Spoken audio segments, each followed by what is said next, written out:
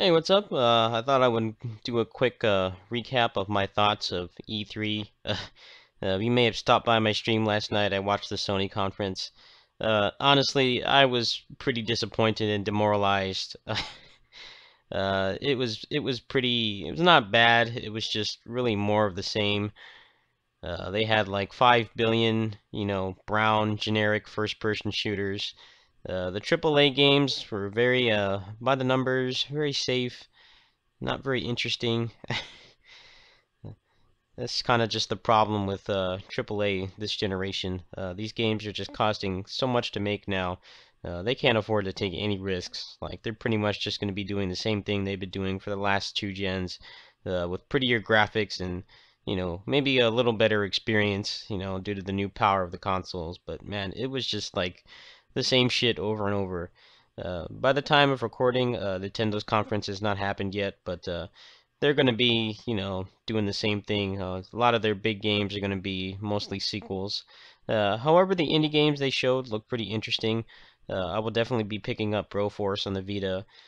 Some of those other indie games that I can't remember the names of, those actually look pretty fun too, and actually interesting. They had some color to them. They were not all first-person shooters, which is a good sign in my book. In my opinion, the past couple games, I'm sure, not past couple games, the past couple year or two, I've definitely been showing a lot of love to indie games. I know some of you don't like that, but there's been a lot of interesting stuff in the indie, game selection. Super House of Dead Ninjas, Broforce, Guacamelee, Danmaku Unlimited 2.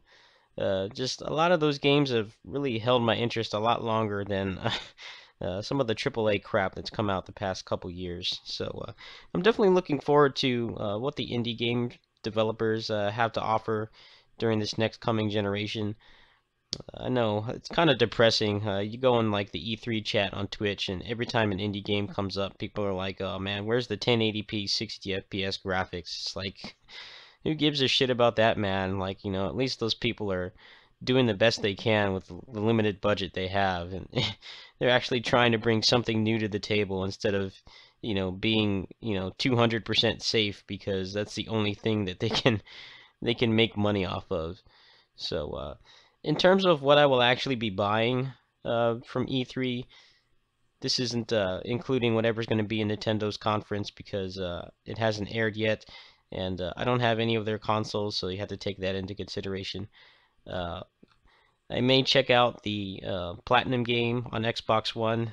It's very hard to tell at this point because they did not show any gameplay footage. I have been gaming for 25 years, and the first thing I will tell you is, you've heard this from a million other people, but if you show your game and it has no gameplay footage, I am not interested. I need to see at least some gameplay and know what the game is actually going to be like before I go and plunk down $60 on it. But it is a Platinum game. It is directed by Hideki Kamiya, so most likely it'll be good. Uh, I don't know if it's going to be, exclusive on the Xbox 360 forever. I mean, they said the same thing about Dead Rising 3, and that's getting a PC port this summer, so I may wait a while and see if it gets ported. They really don't have a whole lot in the Xbox One that I'm interested in. The Crackdown, the new Crackdown looks pretty cool. Crackdown is definitely one of the better open world games. It's not the same shit over and over. The superpowers are very fun, especially when the first one came out during the Xbox 360's launch. It was arguably more interesting to me than all the Grand Theft Autos and Assassin's Creeds. Those got old really fast, but I don't know. It's just having superpowers in an open world game is something that's still largely unexplored. There's really been only a couple of games that have actually even attempted to bring that to the table. Saints Row 4 was another one. You didn't see it on this channel, but I played that off camera last summer. I really enjoyed it. It was fun. It didn't take itself seriously, and it wasn't the same shit over and over. So, not much that I'm really interested in. I'll be getting Broforce, like I said. Bayonetta 2 is definitely going to happen. It's just I don't know if I'm going to actually buy a Wii U or just borrow a friend's. Probably the latter. I've gotten kind of tired of Nintendo's IPs. It's just been a lot of the same.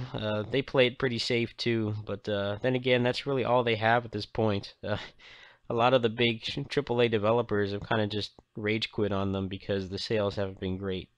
So Nintendo's kind of been by the numbers too, but the things that they offer haven't been as played out as all the generic first-person shooters. Like that Order 1886 game, like the graphics were beautiful, but it looked like there was barely any gameplay. It was like 80% cutscenes and like 10% QTEs and then 10% like actually controlling the character. Like that shit needs to go. So you may see me return to Nintendo's selection. We'll see what happens, how money goes.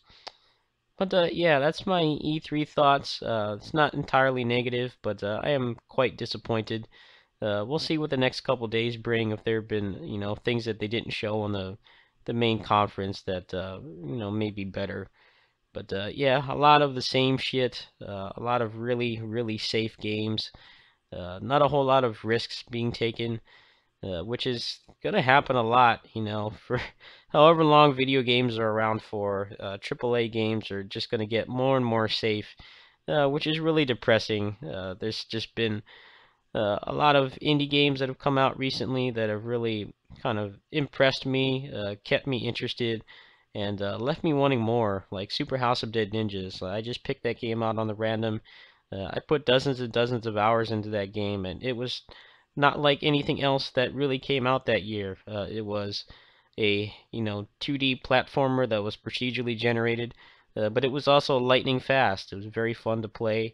It never really got old. They tried something new and they did a great job. So you can expect more indie games on this channel when there's not really a whole lot of AAA stuff going on. And then what you may consider what I play not AAA, but by definition they are AAA games. They're just not American ones. They tend to be Japanese ones. But yeah, I will definitely be embracing the indie developers a lot this year, unless things in AAA change, which it doesn't seem like it's going to happen with how much money they plunk on these. So with that said, I'm going to sign off. That's just my E3 thoughts. I know some people care about my gaming opinion for whatever reason, so there it is.